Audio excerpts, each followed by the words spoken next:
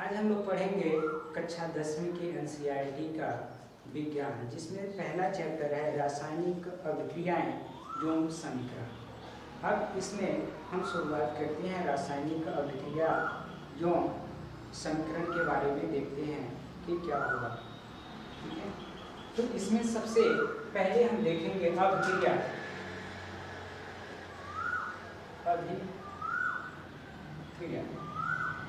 जहाँ से इस अभिक्रिया के बारे में जानेंगे। तो अभिक्रियाएं वे होती हैं जो हमें दो या दो से अधिक पदार्थ या एक ही पदार्थ उसके संगठन में या रंग रूप में या उसके यानी अवस्था में परिवर्तन कर दिया जाता है, तो उसे अभिक्रिया कहते हैं। यानी उसके उस पदार्थों में परिवर्तन होने के कारण एक नया रूप जो ले लेता है उसे ही हम अभिक्रिया कहते हैं। अभिक्रिया आप देखेंगे कि दो प्रकार की होती हैं। ये भौतिक अभिक्रिया, भौतिक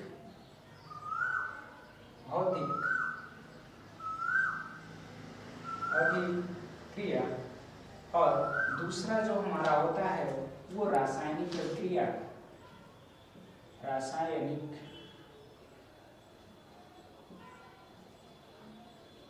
अभिक्रिया।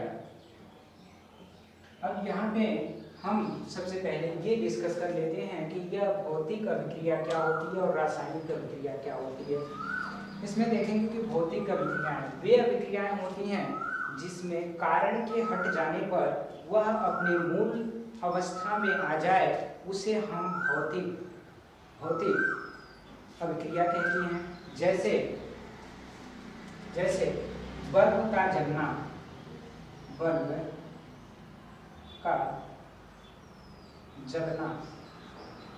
बल्ब का जलना एक भौतिक अभिक्रिया है। और हम देखेंगे कि जल को गर्म किया जाता है, गर्म करने पर यह वाष्प में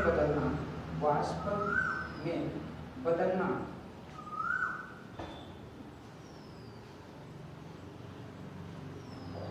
जल को जब गर्म किया जाता है तो वाष्प में बदल जाता है। तो ये ऊष्मा के कारण वह यानी उसकी अवस्था चेंज हो गई है, जिससे वो वाष्प में चेंज हो गया। यदि उससे हम क्या करें कि ऊष्मा पुनः वापस ले लें तो यह जल में परिवर्तित हो जाता है। इससे हमें कारक के हटने पर अपनी पूर्व अवस्था में आ जाना ही भौतिक अभिक्रिया कहलाती है। इसके केवल रंग में, रूप में, अवस्था में केवल परिवर्तन होता है। रंग, रूप और अवस्था में जब भी परिवर्तन हो उसे भौतिक अभिक्रिया कहते हैं। अब यहाँ से हम जानेंगे कि रासायनिक अभिक्रिया क्या होती है। रासायनिक अभिक्रिया में ये होती है कि वह यदि कारक हट जाए तो आसानी से वह अपने पूर्व अवस्था में नहीं आता है। यानी ऐसी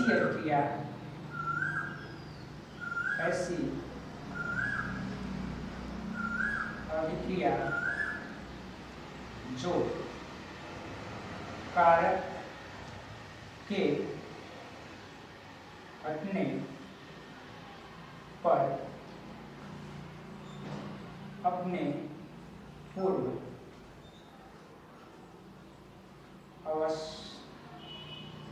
अवस्था को ग्रहण ना करे उसे रासायनिक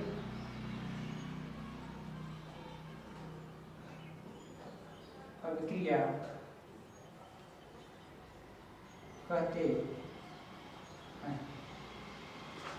ऐसी अभिक्रिया जो कारक हटने के बाद भी वो अपनी पूर्व अवस्था में नहीं आता है या पूर्व अवस्था में नहीं लाया जा सकता, उसे रासायनिक अभिक्रिया कहते हैं। ये रासायनिक अभिक्रिया उसके संगठन में आंतरिक रूपों से उसके संगठन को बदल देता है, जिससे यानी पूर्णतः वो यानी क्या चीज की अपने पूर्व अवस्था में नहीं आ पाता है। जैसे दूध से दही का बनना, दूध से दही का बनना। अब देखेंगे कि रासायनिक अभिक्रिया के बारे में। तो यहाँ से हम देखते हैं कि दो पदार्थों को आपस में अभिक्रिया कराया जाए तो प्राप्त होने वाला जो पदार्थ हो उसके संगठन गुणवत्ता में परिवर्तन हो जाए और उन्हें मूल कणों में परिवर्तित नहीं किया जा सके तो उन्हें रासायनिक परिवर्तन कहते हैं या रासायनिक अभिक्रिया कहते हैं। तो यहाँ से हम देखेंगे कि जब दो पदार्थों को आपस में अभिक्रिया करवाई जाती है तो प्राप्त जो भी यानी पदार्थ होता है उसके यानी मूल कणों से बिल्कुल भिन्न होता है, उसके संगठन में, संरचना में, सभी चीजों में, रंग रूपों में परिवर्तन हो जाता है, जिसकी वजह से उसे अब पुनः मूल कणों में यानी परिवर्तित नहीं किया जा सकता है। जैसे अगर देखा जाए कि यहाँ से Mg प्लस O तो ये बना लेता है MgO। अब यहाँ से हम देखेंगे कि यह मूल कण है मैग्नीशियम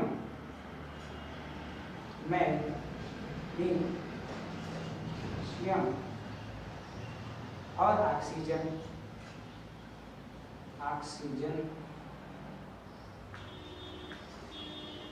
इन दोनों को आपस में मिलाया गया और अभिक्रिया करके ये क्या बना है मैग्नीशियम ऑक्साइड।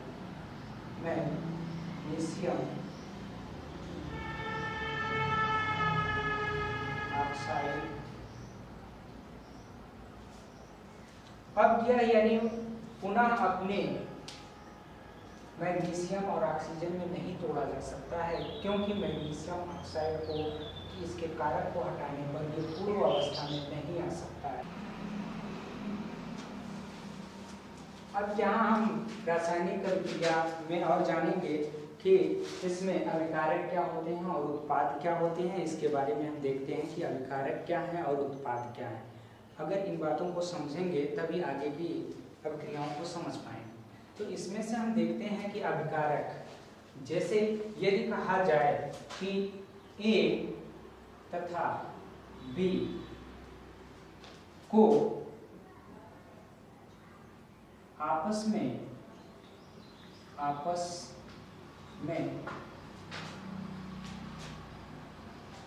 अभिक्रिया कराया जाए तो C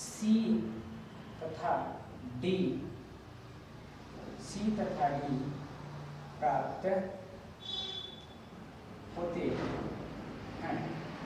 इसमें हम लिखेंगे कि A प्लस B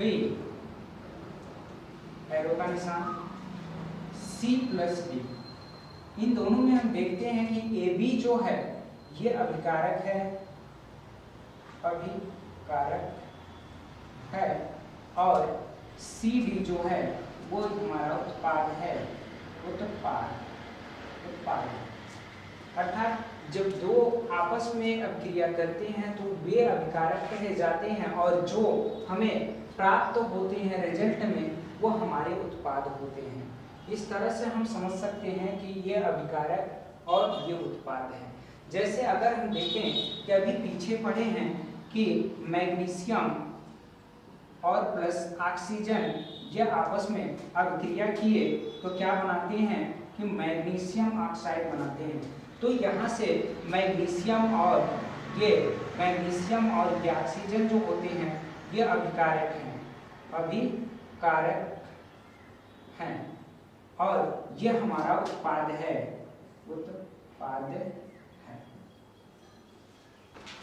यहाँ अब हम अभिकारक और उत्पाद के बाद समझेंगे कि रासायनिक समीकरण क्या होता है। यहाँ पे हम देखते हैं कि रासायनिक समीकरण, जब किसी रासायनिक अभिक्रिया को प्रतीकों के द्वारा संक्षिप्त रूप में लिख दिया जाता है तो उन्हें रासायनिक समीकरण कहलाता है।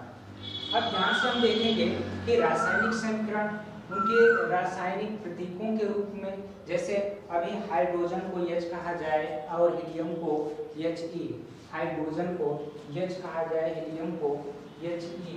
इसी तरह से अन्य को जैसे मैग्नीशियम को Mg, फास्फोरस को P, इस तरह से उनके प्रतीकों के रूप में हमें लिखना वो क्या कहलाता है, हमारा रासायनिक समीकरण कहलाता है, वो हमारा रासायनिक समीकरण कहलाता है। जैसे में हम देख लेते हैं कुछ रासायनिक समीकरण, जैसे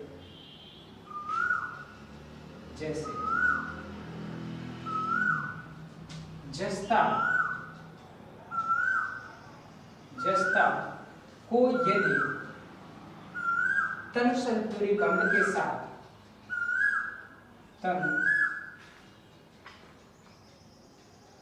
सल्फ्यूरिक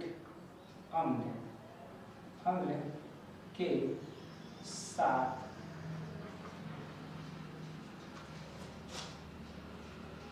अभिक्रिया कराया जाए तो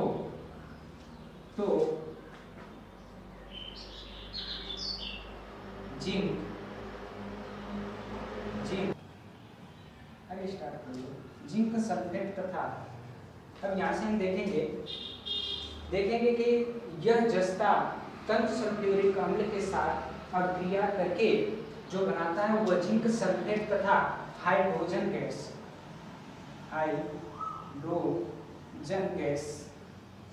गैस का निर्माण करता। अब यहाँ से हम देखेंगे कि इनका प्रतीकों के रूप में कैसे मतलब बदला जाए।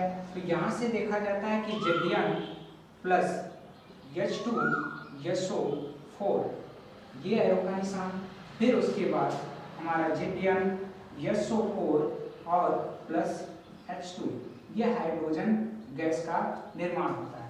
अब यहाँ से देखेंगे कि यह जो अभिक्रिया हमें प्राप्त हुई है इसी को हम समीकरण कहते हैं। और इस समीकरण में इन दोनों को हम देखेंगे तो ये दोनों जो हमारे नजर आ रहे हैं इनको कहा जाएगा अभिकारक और इन दोनों को कहा जाएगा उत्पाद। यहाँ से हम समझ सकते हैं कि इसे रासायनिक अभिक्रिया कहते हैं। अभी तक हमने रासायनिक अभिक्रिया के बारे में सीखा, तो उसमें एक अगली टॉपिक है कि रासायनिक समीकरणों को संतुलित करना। अब यहाँ पे हम सीखेंगे कि रासायनिक अभिक्रियाओं को कैसे संतुलित किया जाता है। ये इस चैप्टर का सबसे महत्वपूर्ण टॉपिक है और इसे ध्यान से समझिएगा। यहाँ पे देखना है कि कैसे समीकरणों को हम संतुलित करें। तो एक हम यानी समीकरण लेते हैं, जैसे Fe प्लस H2O एरो का निशान Fe3O4 प्लस H2 ये हमारा एक समीकरण है और इसे संतुलित करना है। तो हम देखेंगे कि यह हमारा अभिकारक है और इधर आपका उत्पाद है। अब इसमें देखेंगे कि कितने तत्व शामिल हैं। तो अभिकारक में हम देख लेते हैं कितने तत्व शामिल हैं और उत्पाद में देख लेते हैं कितने तत्व शामिल हैं। तो इसमें पहला तत्व ये है कि इसके यदि संख्या गिनी जाए, यदि इसकी संख्या की बात की जाए अभिकारकों में, तो इसकी संख्या 1 है। इसकी संख्या कितनी है? 1 है। और यहाँ से देखेंगे कि Fe की संख्या जब 1 है, लेकिन इधर कितनी है? Fe की संख्या 3 है। Fe की संख्या 3 है। फिर उसके बाद हम देखते हैं कि हाइड्रोजन H की संख्या इधर कितनी है? इधर 2 है और इधर कितनी है? 2 है। अब देख लेते हैं फिर से दोबारा कि ऑक्सीजन की संख्या, ऑक्सीजन O देखेंगे इधर 1 है और इधर कितनी है? इधर 4 है। अब इसे हमें संतुलित करने के लिए दोनों तरफ अभिकारक में और उत्पाद दोनों तरफ यानी क्या चाहिए कि इनके सभी संख्याएं आपस में इक्वल होनी चाहिए। Fe है वो अभिकारक में 1 है और उत्पाद में 3 है।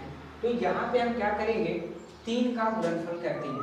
यदि 3 का गुणनफल करेंगे अभिकारक में तो यहाँ पे 3 का गुणनफल होगा, तो ये संख्या में 3 होगा, तो इधर की संख्या में 3 हो जाएगा। अब जरा क्लियर करिए कि यदि हम 3 इधर बढ़ा लिए और इधर, तो ये तो संख्या बराबर हो गई। अगर हाइड्रोजन का देखा जाए तो भी बराबर है, लेकिन ऑक्सीजन का ये बराबर नहीं है, बल्कि यहाँ 1 है और यहाँ पे 4 लिखा हुआ है, तो हमें इंटू 4 करना चाहिए किसमें, अभिकारक में। तो यहाँ पे 4 करेंगे इंटू का, तो देखते हैं कि यह अभिकारक में यदि ऑक्सीजन ये 4 गुना बढ़ता है तो यह उसके हिसाब से ये भी 4 गुना हो जाएगा। और यहाँ से जब ये हाइड्रोजन 4 गुना हो गया तो ये देखेंगे अभिकारक में ऑटोमेटिक ये गुणनफल हो जाएगा 4 का, जो कि अगर यह संतुलित हुआ तो ये असंतुलित हो गया। अब इसे संतुलित करने के लिए हमारे पास अब इसमें भी हमें क्या करना होगा कि इस हाइड्रोजन में इधर के हमें क्या करना होगा, 4 से गुणनफल करना होगा। अब हम देखेंगे कि यह विकारकों की संख्या जो है उत्पादकों की संख्या के बराबर हो गया। अब यहाँ से हम देखेंगे कि इसे कैसे लिखा जाए। तो यहाँ से देखिए F में हमने 3 से और H में 4 से और यह ऑक्सीजन में 4 से गुणा किए, तो किस तरह से लिखेंगे, F को के पहले आप 3 लिखिए और प्लस इसके पहले आप क्या लिख दीजिए, 4 लिख दीजिए, क्योंकि 4 कॉमन हो गया। अब यहाँ से देखिए H2O, अब इस 4 का गुणनफल इस 2 में भी कर सकते हैं, इसी 4 का गुणनफल O में भी कर सकते हैं। अब यहाँ से एरो का निशान दीजिए और इधर देखते हैं क्या होगा कि इधर 3 तो पहले से ये था ही, हम इसका तो बाद में गुणा नहीं किए हैं, लेकिन यहाँ पे हमारा F3 होगा और इधर देखते हैं F3 और O4। लेकिन यहाँ पे हम देखेंगे कि हमारे हाइड्रोजन में कितने के का गुणनफल हो गया है, बाद में इस 4 का गुणा किया गया है। अब यहाँ से देखेंगे इसको 4 गुना बनाना होगा, तो यहाँ से हम देखेंगे 4H2। इस तरह से हम देखते हैं कि यह अब समीकरण जो होगा वो संतुलन की अवस्था में हो गया।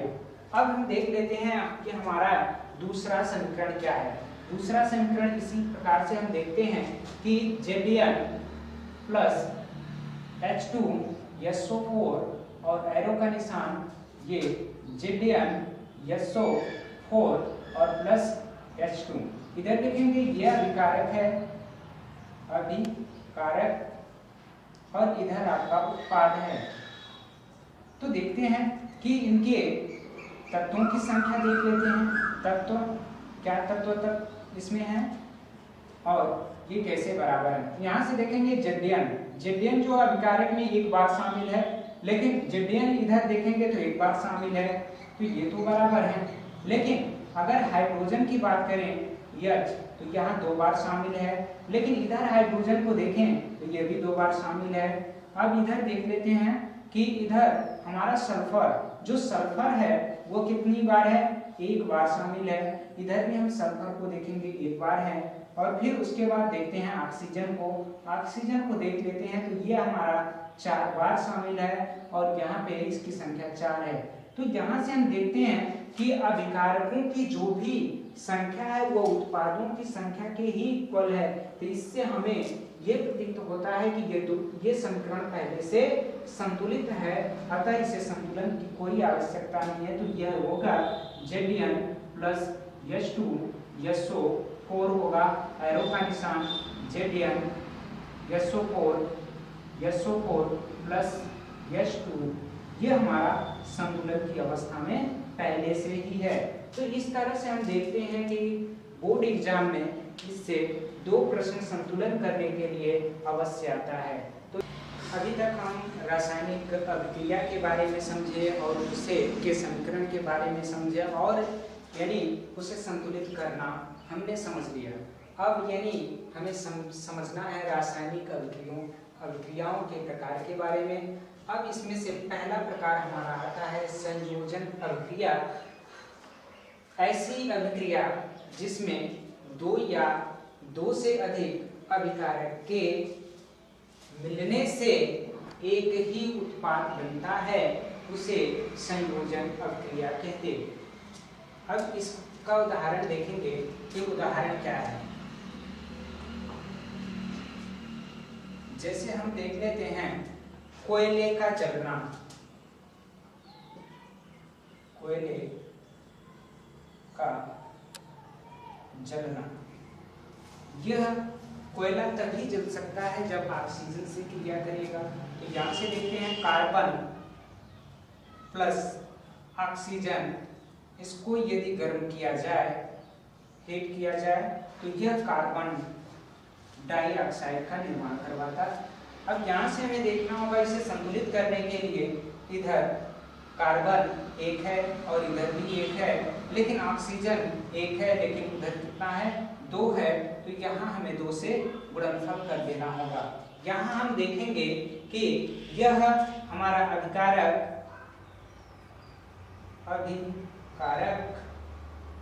2 है, अभिकारकों की संख्या 2, यहाँ अभिकारकों की जो संख्या है वो 2 है, और उत्पाद, इसे उत्पाद बोलेंगे, यह उत्पाद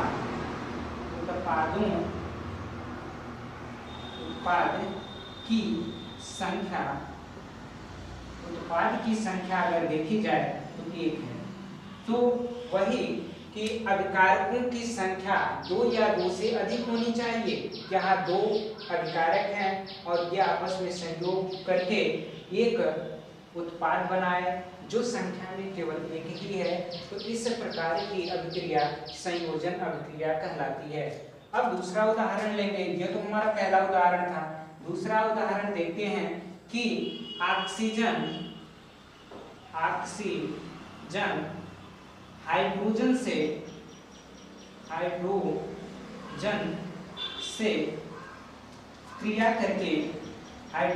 क्रिया करके जल बनाता, जल या पानी का निर्माण करता। तो यहाँ पे हम देखेंगे कि ऑक्सीजन O और हाइड्रोजन H, ये दोनों आपस में संयोग करेंगे तो बनाएगा H2O। अब यहाँ से देखेंगे हाइड्रोजन इधर 1 है और उधर 2 है, तो यहाँ 2 से हम इंटू करेंगे। अब ये संतुलित अवस्था में हो गया।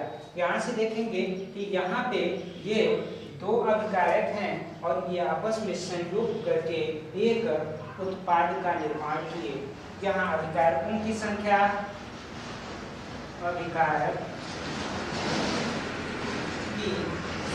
देखी जाए, इधर 2 है और इधर उत्पाद की देखी जाए, उत्पाद की संख्या तो ये हमारा 1 है।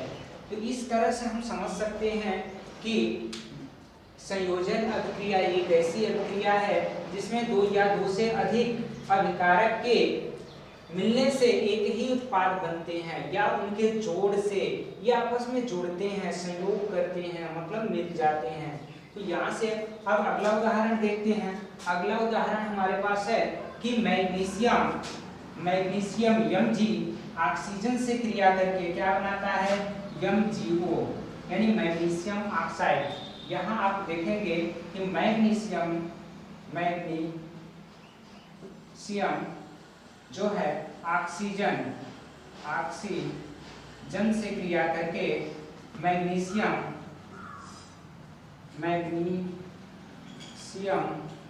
ऑक्साइड बनाता।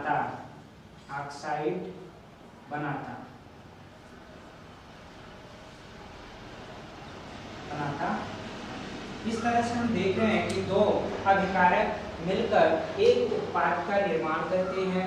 तो ये अभिक्रिया हमारी संयोजन अभिक्रिया कहलाती है। यहाँ रासायनिक अभिक्रिया के प्रकार में हम देखेंगे दूसरी अभिक्रिया, ये वियोजन अभिक्रिया है। यहाँ पे हम देखेंगे कि यह जो संयोजन अभिक्रिया थी उसका जस्ट अपोजिट है, और यहाँ पे हम समझेंगे कि वियोजन अभिक्रिया में क्या होता है, ऐसी अभिक्रिया जिसमें एक अभिकारक टूटकर छोटे छोटे सरल उत्पाद प्रदान करता है, उन्हें अपघटन अभिक्रिया या वियोजन अभिक्रिया कहते हैं। इसे ही आप वियोजन अभिक्रिया कहेंगे या अपघटन कहेंगे, यानी इसी की जगह पे आप वियोजन कर सकते हैं। यानी वियोजन अभिक्रिया अपघटन एक ही होती है। जैसे उदाहरण में यदि हम समझें कि कोई हमारे पास माना ए बी कोई प्रोडक्ट थी, ए बी कोई हमारे पास पदार्थ है, ये अभिकारक है, अभिकारक, और इसे उष्मीय उष्मा देकर या किसी भी प्रकार से यदि हम इसे अभिक्रिया करवाएं या इसे गर्म करें या ठंडा करें, तो इस प्रक्रिया के हिसाब से यह ए प्लस बी दो उत्पाद यहाँ उत्पाद में टूट जाए। अब यहाँ से हम देखेंगे कि हमारे पास अभिकारक केवल एक था ए बी, और यह दो ए और बी अलग अलग टूट गए, तो इसे हम कहेंगे वियोजन अभिक्रिया। जैसे हम उदाहरण लेते हैं लेड नाइट्रेट की। अब हम एक अन्य अभिक्रिया से समझते हैं कि यह वियोजन अभिक्रिया कैसे लागू होती है। तो यहाँ से सबसे पहले हम लेड नाइट्रेट की बात करेंगे। लेड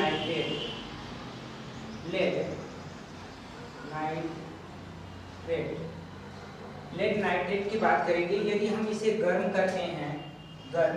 करते हैं तो यह यानी टूट जाता है lead oxide plus nitrogen oxide और प्लस ऑक्सीजन। यहाँ से हम देखेंगे कि लेड नाइट्रेट को गर्म किया गया तो यह चेंज हो गया लेड ऑक्साइड और लेड नाइट्रोजन ऑक्साइड और ऑक्सीजन में ये विघटित हो गया। चलिए इसके सूत्र से देख लेते हैं कि लेड नाइट्रेट का जो सूत्र होता है वो होता है Pb NO2 का NO3 का होल ट्वाइस, एरो का निशान, जिसे गर्म करने पर लेड ऑक्साइड का जो फार्मूला होता है वो PbO होता है, और प्लस यह नाइट्रोजन ऑक्साइड का जो फार्मूला होता है वो NO2 होता है, और ऑक्सीजन का O2 होता है। अब यहाँ से देखेंगे कि हमारे पास केवल एक ही अभिकारक था और यह तीन सरल उत्पादों में ये टूट गया, यानी एक अभिकारक 3 सरल उत्पादों में टूट गया। तो इसी टूटने की क्रिया को ही हम वियोजन अभिक्रिया कहते हैं, इसे ही अपघटन अभिक्रिया कहते हैं। इसे बोलते हैं लेड नाइट्रेट, और यह लेड ऑक्साइड है, ये नाइट्रोजन ऑक्साइड है, और ये आपका ऑक्सीजन है। चलिए अब दूसरा हम उदाहरण लेते हैं। दूसरा उदाहरण हमारे पास है, दूसरा उदाहरण देख लेते हैं। ये हमारा दूसरा उदाहरण है कि यदि सिल्वर क्लोराइड यानी AgCl को प्रकाश में रखा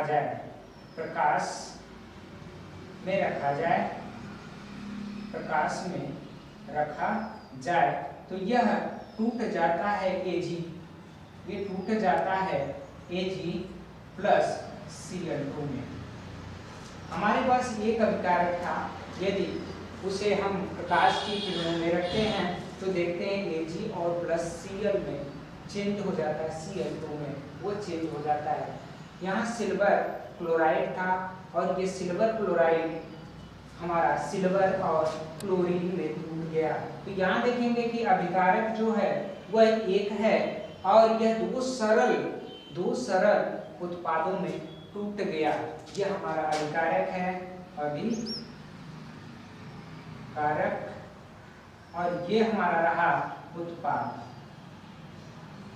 अब हम देखेंगे कि यह जब दो सरल उत्पादों में टूट गया तो इसे ही वियोजन अभिक्रिया कहते हैं। यहाँ हम देखेंगे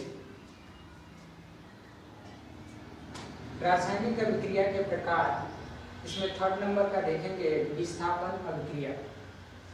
यह विस्थापन अभिक्रिया क्या होती है देखेंगे कि जिस अभिक्रिया में एक पदार्थ दूसरे पदार्थ को उसके जलीय विलयन में विस्थापित कर देता है उसे विस्थापन अभिक्रिया कहते हैं। अब यहाँ से हम देखेंगे कि ये बात क्या है कि मान लीजिए, उदाहरण लेते हैं, यहाँ पे कि कोई जलीय विलयन है, जैसे मान लीजिए पानी का ही जलीय एक विलयन ले लेते हैं और उसमें एक पदार्थ डालते हैं ए बी, एक पदार्थ डाल देते हैं इस जलीय विलयन में। अब यहाँ से यह हमारा जलीय विलयन है यानी जल है, जल। अब हम AB को जब इसमें डालेंगे तो यह टूट जाएगा A प्लस में और A प्लस में और टूटेगा B माइनस में।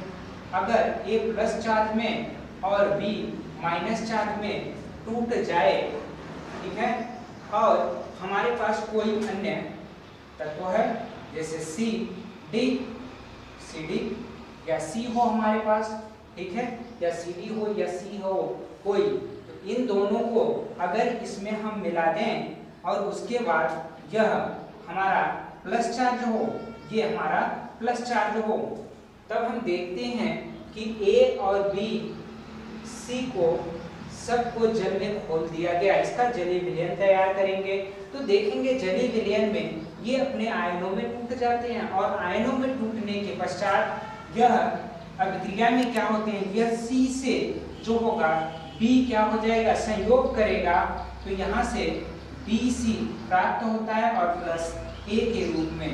तो यहाँ से हम देखेंगे कि जो यहाँ का यानी A का स्थान है, A का स्थान वह यानी निकल गया, बाहर हो गया और A के स्थान पर ये C शामिल हो गया, यानी C शामिल हो गया। तो यहाँ से देखेंगे कि A का विस्थापन हुआ है, A को हटाकर यानी उसका C स्थान ग्रहण कर लिया है। तो इस तरह से हम देख रहे हैं कि जिसे विस्थापनीय अभिक्रिया का नाम देते हैं। अब हम कुछ और उदाहरणों की बात करते हैं, यहाँ पे कुछ अन्य उदाहरणों की बात करते हैं। जैसे हमारे पास आयरन हो,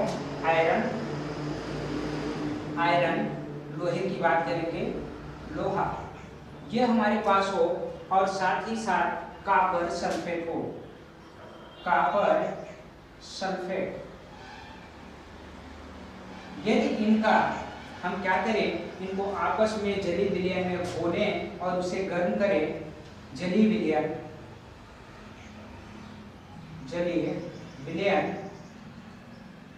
बनाएं, इसका जलीय विलयन बनाएं, तब हम देखते हैं कि यह चेंज होके क्या आने लगता है, जलीय विलयन बनाने के पश्चात जो ये चेंज होता है, तब हम देखेंगे कि यह आयरन सल्फेट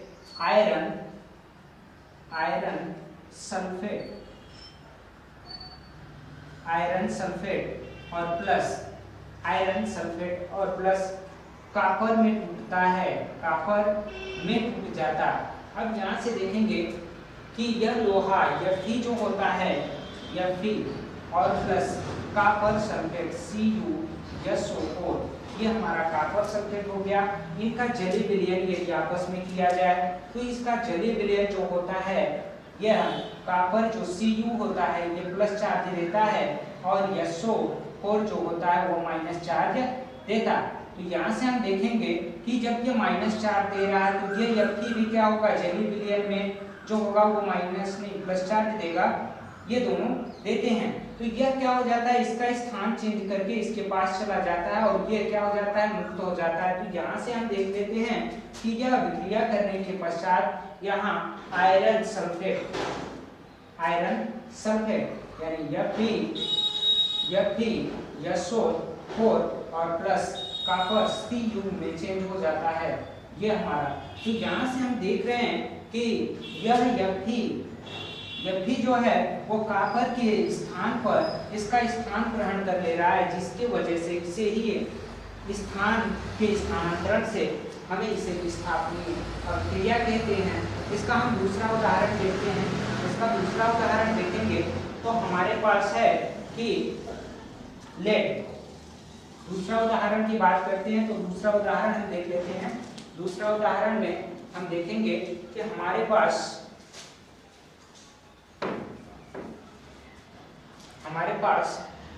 लेड और इसको कॉपर क्लोराइड के साथ गर्म किया जाए, इसके साथ गर्म किया जाए तो यह लेड क्लोराइड प्लस कॉपर में टूटता है। अब यहाँ से हम देखेंगे कि लेड का जो सूत्र होता है वो Pb होता है और प्लस कॉपर क्लोराइड तो यह Cl2 होता है, Cl2 होता है। यहाँ से देखेंगे एरो का निशान, ठीक। अब यह लेड किसमें टूटा, देखते हैं कि यह लेड PbCl2 में, Cl2 और ये कॉपर लेता है। अब यहाँ से हम देखेंगे कि ये कैसे, ये Pb जो होता है, Pb ये डबल प्लस चार्ज बनाता, ये जलीय विलयन में डबल प्लस चार्ज बनाता, Cu भी डबल प्लस चार्ज बनाता और यहाँ पे Cl क्लोरीन जो है एक चार्ज बनाता है, लेकिन इसके साथ 2 लगने की वजह से यह 2 हो जाएगा। अब यहाँ से देखेंगे कि यह Pb जो है वो Cl से क्रिया करके हमारा क्या बनाता है, PbCl2 बना देता है। क्या बनाता है, PbCl2 बनाता है। और यहाँ से जो ये कार्बन है ये मुक्त होकर बाहर चला जाता है, ये मुक्त होकर यहाँ चला जाएगा, बाहर चला जाएगा। अब हमारा Pb जो है कॉपर का स्थान ले लिया, तो इसे ही हम विस्थापनी अभिक्रिया का नाम देते हैं। अब यहाँ हम रासायनिक अभिक्रिया के प्रकार के बारे में बात करेंगे। तो ये चौथा प्रकार है। इसमें देखते हैं कि यह विस्थापन अभिक्रिया है। जिस अभिक्रिया में अभिकारकों, देखिए क्या है, जिस अभिक्रिया में अभिकारकों के बीच आयनों का आदान प्रदान होता है उन्हें विस्थापन अभिक्रिया कहते हैं। तो इसका अर्थ ये है कि हमारे पास यानी अभिकारक होंगे, जैसे A प्लस B हो, ये A प्लस B हो या AB हो, बाकी की AB हो, और ये किसी CD से अभिक्रिया कर रहा है और ये अभिक्रिया करने के पश्चात ये जब जलीय विलयन इसका बनाएंगे, जलीय विलयन, तो ये क्या हो जाता है, जलीय विलयन में जो होता है ये इसका हम जलीय विलयन बनाते हैं, तो इसको भी इसके अंदर डालेंगे और इसको भी इसके अंदर डालेंगे।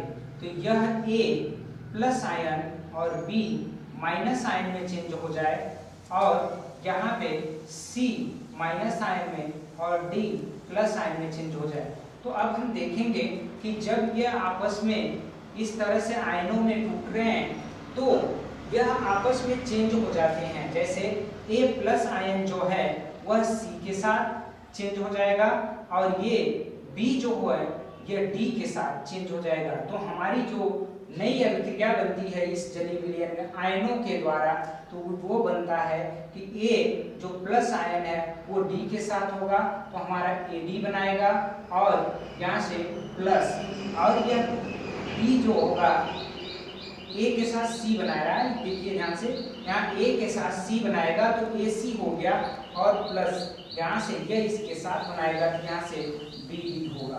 अब हमें इस तरह से देखेंगे कि यहाँ द्विविस्थापन यानी 2 बार विस्थापन हो रहा है। जैसे यहाँ से देखेंगे कि A और B दोनों का क्या हो गया, स्थानांतरण हो गया, A का भी स्थान बदल गया और B का भी स्थान बदल गया। इसमें हम देखेंगे कि दोनों में आदान प्रदान हो रहे हैं। जैसे कि A के साथ यदि देखा जाए तो अब A के साथ जो है वो C कन्वर्ट हो गया, इसके पास आ गया, और B चला गया इसके पास, तो यहाँ क्या हो गया, द्विविस्थापनी हो गया, ये 2 बार विस्थापनी हुआ है।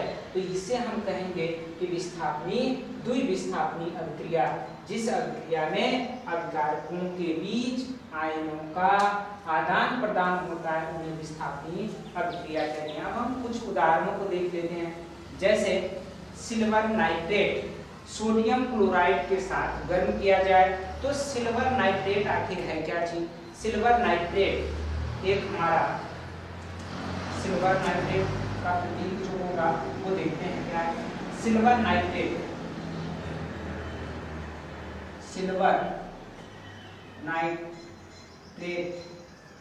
प्लस हमारा सोडियम क्लोराइड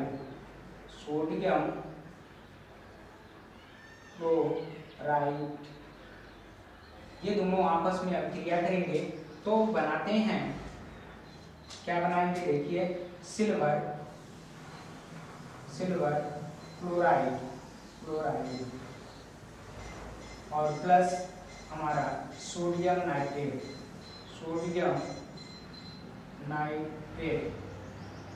ये हमारा बनाने लगते हैं। इनको आपस में अगर देखा जाए तो ये चीज होगी।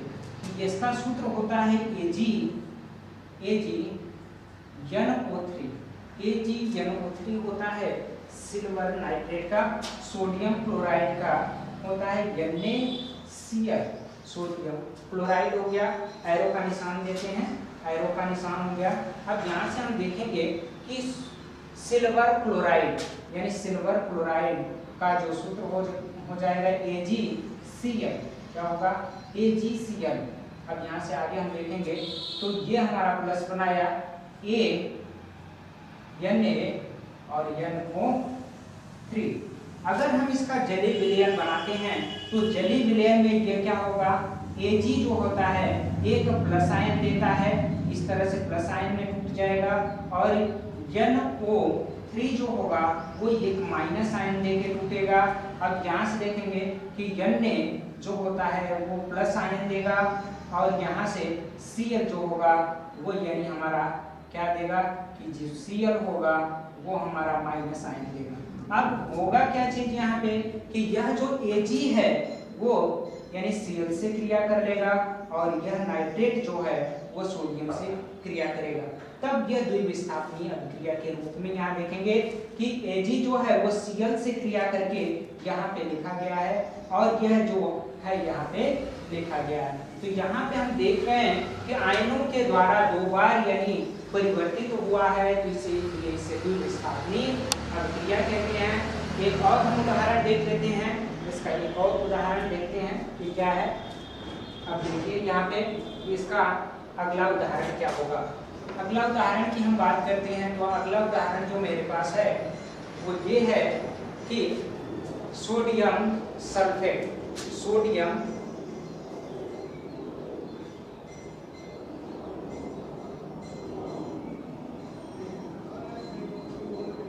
प्लस सोडियम सल्फेट और साथ साथ बेरियम क्लोराइड है।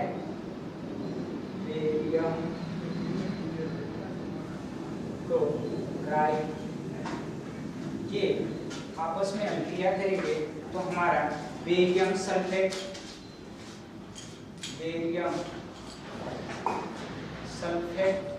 प्लस सोडियम क्लोराइड का निर्माण करता है। अब यहाँ से हम देखेंगे कि ये क्या है, आखिर कैसे कर रहा है अभिक्रिया। यहाँ से हम सीखते हैं जैसे सोडियम सल्फेट तो NaSO और प्लस बेरियम क्लोराइड। तो यहाँ से हम देखेंगे कि यहाँ तो छूट गया। अब यहाँ से देखेंगे कि बेरियम क्लोराइड BaCl2। अब यहाँ से देखेंगे एरो का निशान, barium sulphate BaSO4 plus sodium chloride NaCl। अब यहाँ से हम देखते हैं कि यदि इनको हम तोड़ें तो ये देखते हैं कि Na जो होता है वो एक प्लस चार्ज होता है, लेकिन ये दो होने की वजह से ही यह इसके पहले दो समझ लेंगे तो ये दो आयनों को प्रदर्शित करने लगते हैं, ये दो आयनों को प्रदर्शित करने लगते हैं इस दो के कारण, ठीक है। और यहाँ से देखते हैं SO4 जो है, यह SO4 जो है यह हमारा डबल माइनस को इंगित करता है। अब यहाँ से देखेंगे बेरियम, बेरियम जो होता है डबल प्लस चार्ज देता है, और यहाँ से Cl जो होता है वो एक माइनस चार्ज देता है, परंतु यहाँ दो होने की वजह से यह दो हो जाएंगे, ये दो होने की वजह से दो हो जाएंगे। अब यहाँ से हम देख लेते हैं कि यह जो सोडियम है वो क्लोरीन से क्रिया करके यहाँ बना दिया सोडियम क्लोराइड, और यहाँ से हम देखेंगे कि यह बेरियम जो है वो सल्फेट से क्रिया करके ये इससे क्रिया कर लिया, और यहाँ से हमारा ये बना दिया यानी बेरियम सल्फेट। अब यहाँ से हम देखेंगे कि दो आयनों का विस्थापन हुआ है, ये यानी सोडियम जो है वो क्लोरीन से क्रिया कर लिया, और ये जो हमारा सल्फेट है वो यानी बेरियम से क्रिया कर लिया। इस तरह से हम देखते हैं कि द्विविस्थापनीय अभिक्रिया है। अब यहाँ हम देखेंगे रासायनिक अभिक्रिया के प्रकार में, जो पांचवा प्रकार है जिसमें उपचयन और अपचयन अभिक्रियाएं शामिल हैं। इसे रेडॉक्स अभिक्रिया भी एक साथ बोला जाए तो रेडॉक्स अभिक्रिया भी कहते हैं, जिसमें ऑक्सीकरण और अपचयन दोनों एक साथ होता है। तो उपचयन की बात करेंगे, सबसे पहले उपचयन की बात करेंगे जिस अभिक्रिया में किसी पदार्थ में ऑक्सीजन की, यहाँ से इंगित करिएगा, ऑक्सीजन की वृद्धि और हाइड्रोजन का ह्रास हो, उसे उपचयन अभिक्रिया कहते हैं। क्या कहते हैं? उपचयन अभिक्रिया कहते हैं। और अपचयन अभिक्रिया ऐसी अभिक्रिया होती है जिसमें किसी पदार्थ में से ऑक्सीजन का ह्रास हो या हाइड्रोजन की वृद्धि होती है, उसे अपचयन अभिक्रिया कहते हैं। इस उपचयन अभिक्रिया को रेडॉक्स अभिक्रिया भी कहा जाता है। अब यहाँ से कुछ उदाहरण हम देख लेते हैं कि ये कैसे होता है। देखेंगे कि कॉपर ऑक्साइड